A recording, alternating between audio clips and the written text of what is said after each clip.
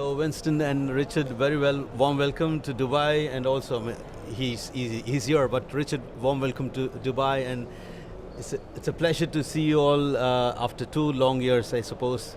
It's been a bumpy start for us, from 2000, and now we have overcome this now. So we'd like to hear from you about your experience during this pandemic. In general, how was it and how was business for you guys, and some thoughts from your side on this. Well, thanks for interviewing us, for having us for this interview. For this period, since the pandemic started, it has been difficult. We were not able to travel. We were locked down initially in the UAE and so on, as we all know. And it was difficult, but I think we were able, like much of the rest of the world, to adjust to the new normal, I guess.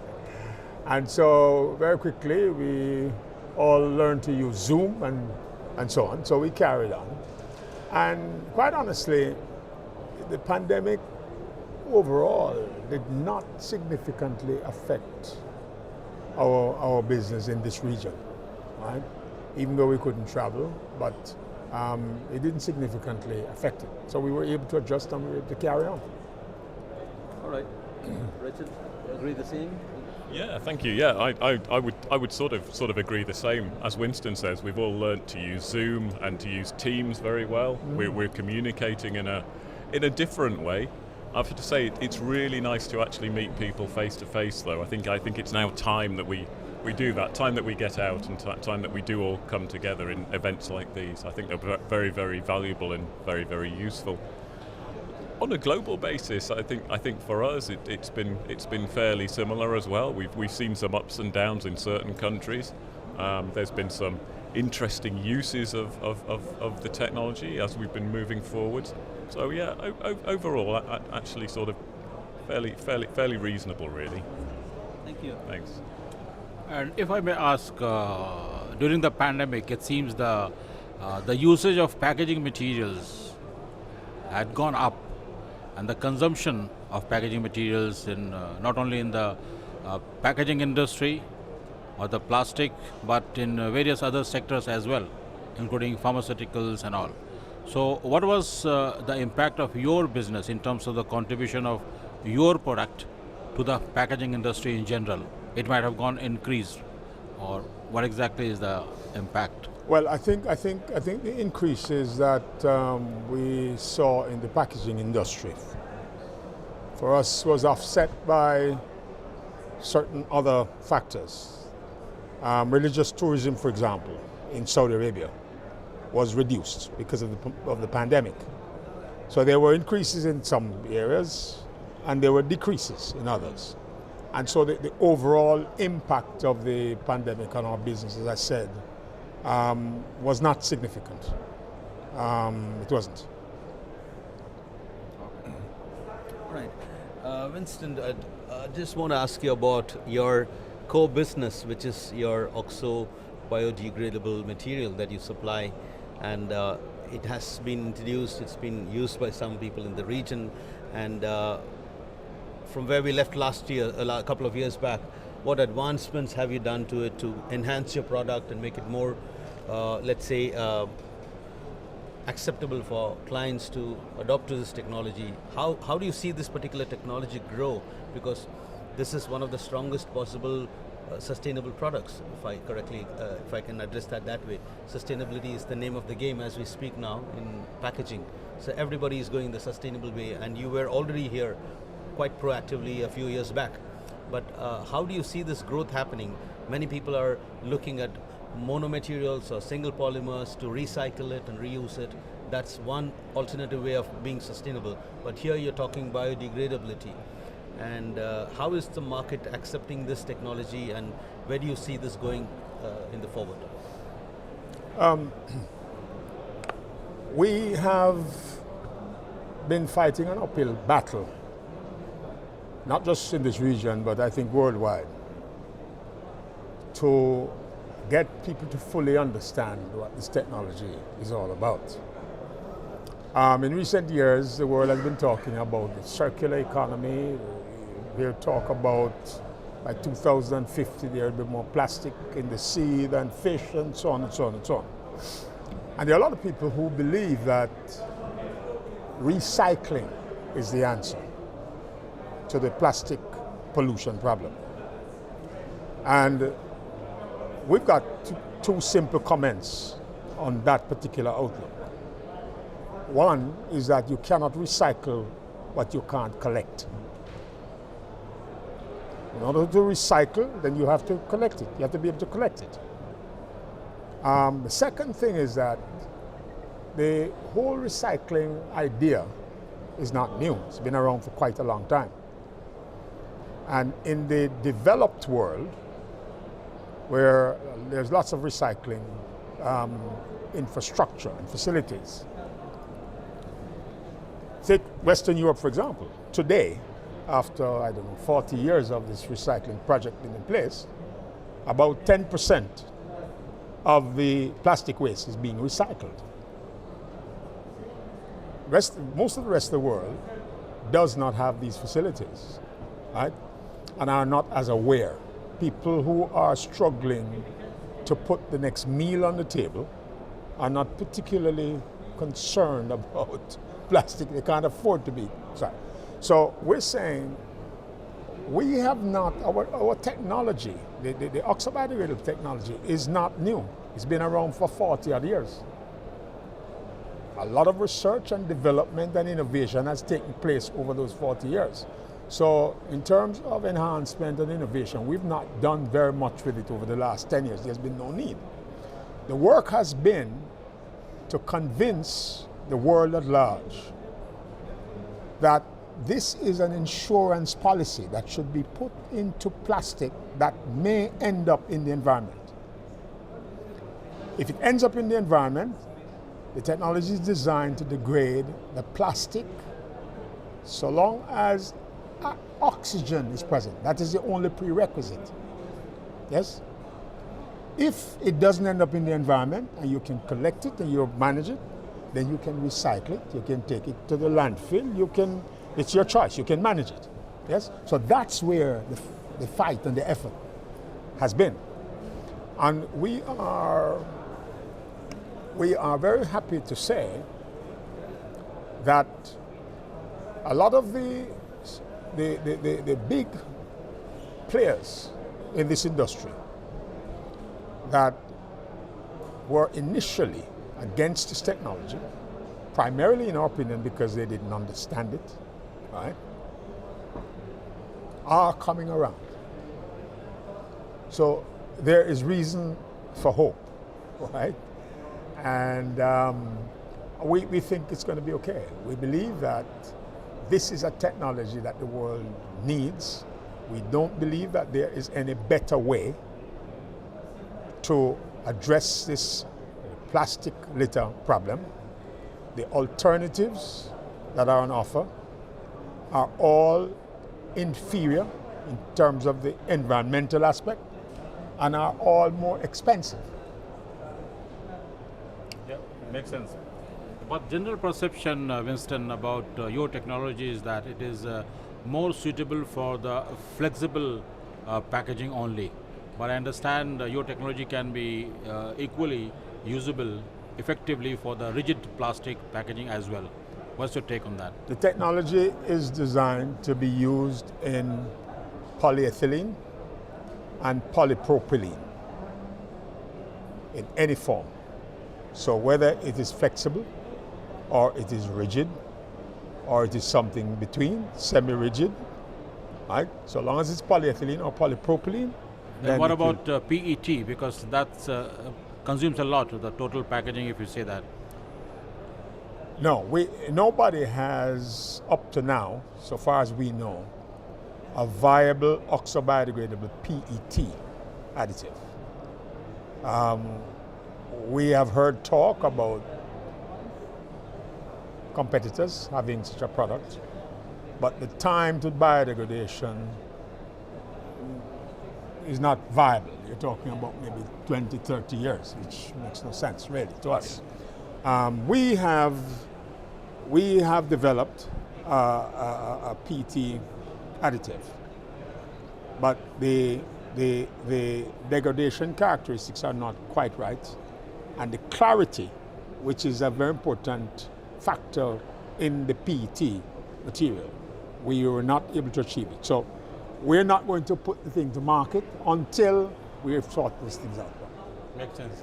Now, what's your impression about recycled plastics? Because now the trend, brand owners and other people are looking for the recycled PET or recycled PP or recycled PE.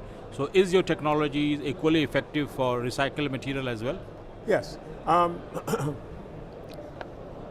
Recycling is something that we should be doing, not just with plastics, but with everything, right?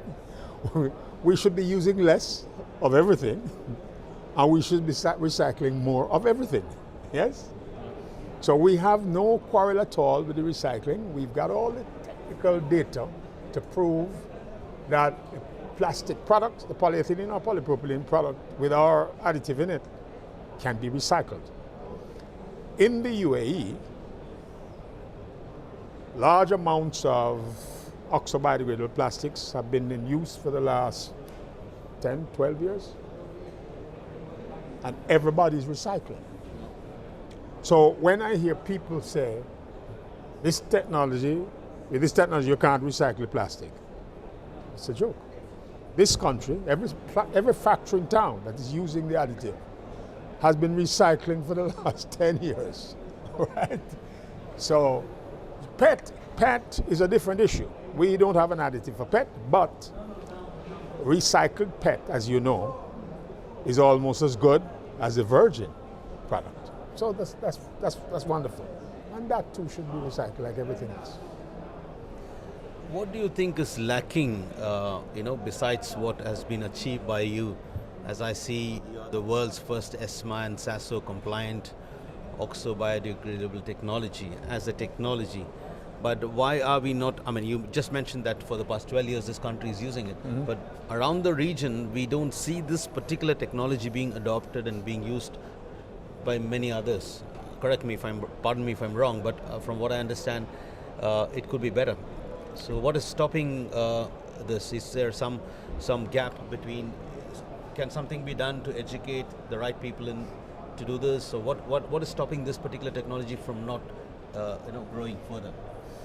I think the main reason is that there are a lot of big players who should but don't understand the technology. There's also another factor that came into the picture more recently. The European Union has passed legislation indicating that they're going to ban what they call oxo-degradable plastic. And that has confused the market. There's a difference between oxo-degradable and oxo-biodegradable. Our product is an oxo-biodegradable product. Now, the European Union used the term oxo-degradable. We're saying that our product is not an oxo-degradable product, so it really does not apply to us. But it has confused the market. And there are governments around the world, and this region is no exception, that have said, for whatever reason, that we are going along with what Europe says. Makes sense. So that has been a big part of it. So we are working on this, and what has happened historically is that we have had to go in to try to convince governments that this technology works, that it is what is really required to deal with the plastic waste. So it is very gratifying at this point to see that there are governments now who are beginning to take steps to verify for themselves, and we welcome that. Right?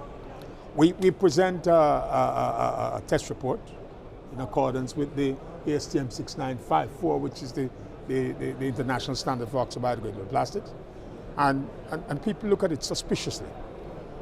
Right? It's coming from us. Right?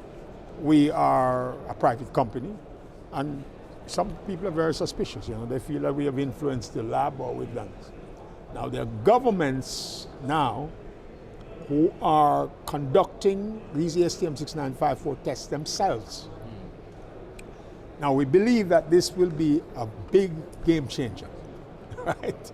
Because we know what the results will be. If the test is conducted properly, then the result is going to be positive, yes? And so this is going to be a significant game changer. And I believe that we're going to see a domino effect right across the world once the results of these tests that are ongoing now are published. Yeah, makes sense. And I'm sure this will be in the favor of Symphony 100%. And the technology what you're offering. Yes. So a question to you, Richard, is that in this region, what do you see, how is the growth and what is the confidence level of your customer? And how do you think is going to be in the future more usage of your technology once the government announce such kind of things? Well, I think I'll probably defer this question to Winston, but I think we are going to see this growing as the legislation becomes stronger and stronger.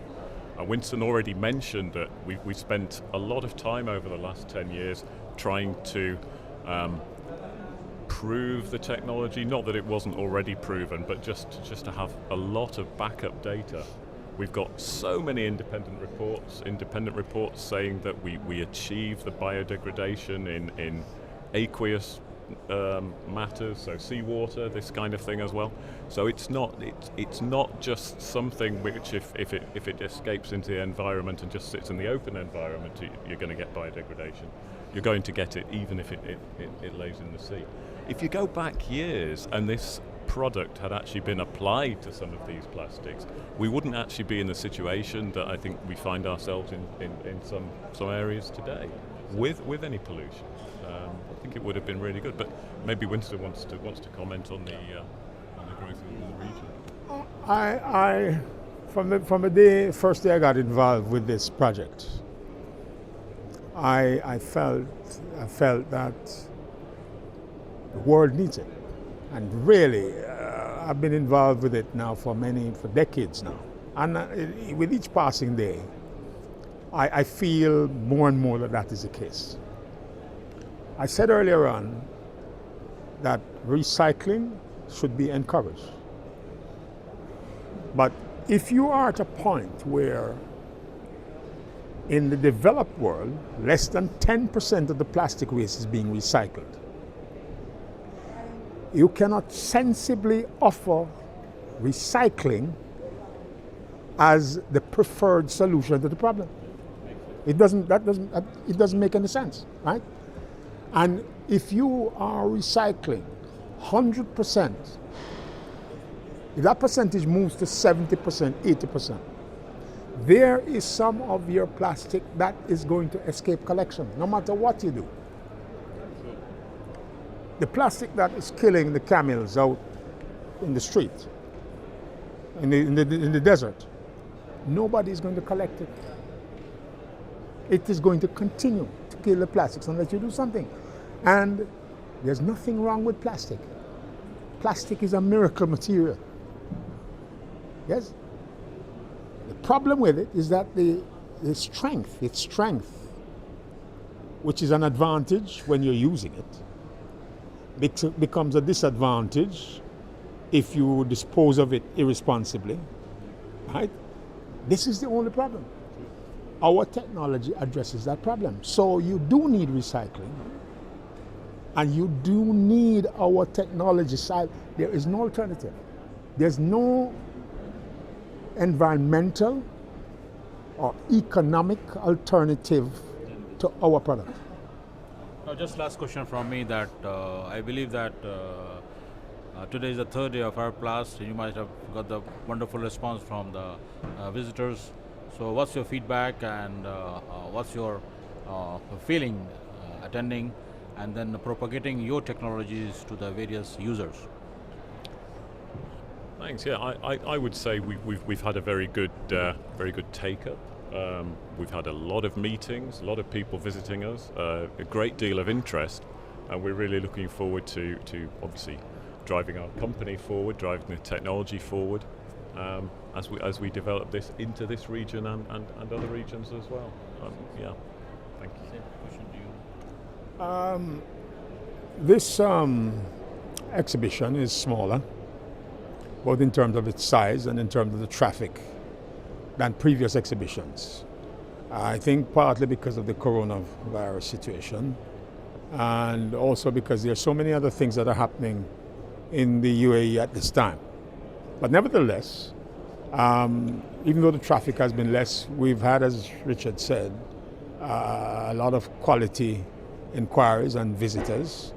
Of course, the exhibition like this always affords the opportunity to interact with your existing customers and to enhance relationships and so on. So yes, overall, I think it has been quite good for us. Winston, just to recap this interview from both of you, I'd just want a small final thoughts about your message that you want to give to our readers of the magazine Packaging Middle East and Africa, and also to the audience at large. So what's your message to all the stakeholders in this industry where you're involved? Like we're talking, starting from the retailer who gives away a bag to the consumer, which is having a DTW probably into it, and moving on to a brand owner or a converter or a machine manufacturer. All of us, what's your message as Symphony that you would like to mention and let's say you would like to establish? I would just like to say that, to repeat something I said earlier on, that in our opinion, there is no economically or environmentally viable alternative to the technology that we're offering. We would like the entire industry and the market to look at the science, the facts. It's not just that there is no viable alternative, but some of the alternatives that are being pushed will make the problem worse. There's a big push for bioplastics. And bioplastics in an industrial composting plant is 100% biodegradable. Okay, we have an issue with the amount of greenhouse gases that it might generate, but let's leave that aside for the moment. It is 100% biodegradable, but again, you have to collect it. And the standard for that product, the European standard, EN 13432, says that technology is not designed to address the problem of plastic waste. That's not what it's designed for. So what I'm saying is that there's a lot of confusion in the marketplace at every level. So what we would ask people to do is to try to get a hold of the facts. We have everything that Richard and I said here. We can support it with independent scientific information that has been generated over the last 40 odd years. So we would want people to access that. If anybody has any difficulty, come to us. We have all of it. Thanks, Winston. And in addition to that, I think it's really important to consider that the additives that we've got going into the plastics don't take anything out of the food chain. Awful lot of the other additives that would go into plastic to create your bioplastics are grown agricultural products and this kind of thing. And we really don't do that. So we don't affect the food chain at all. Yeah, thanks very much. If I could just say one more point. We have, this discussion has been about oxo-biodegradable D2W technology. I'd like to say that there are two brands that Symphony has. The D2W that we all know about and we've been talking about, but there's also D2P. D2W is one technology, the oxo-biodegradable technology. D2P is a whole range of technologies with maybe literally hundreds of different applications. So it ranges from flame retardant to antimicrobials, odor absorbers, oxygen scavengers, and so on and so on and so on and so on. Right? We have technologies, antimicrobial technologies that have been approved, have been successfully tested against the coronavirus even. So there's a whole range of technologies under the D2P that are marketed under the D2P brand that are also available from us. And that really needs, probably needs a separate interview. Okay. No, it's very interesting. No, that's fine. Like we can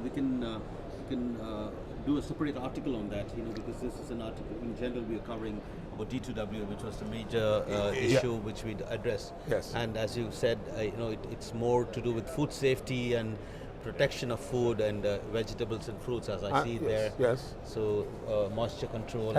and all of that. Absolutely, healthcare. Yes. So we can do that. It'll as a separate. We can do that later. Well, we look forward to that. Yeah, sure. Pleasure, Winston. Pleasure, Richard. Always a pleasure. Yeah. Thank you very much. Thank you so much. Thank you.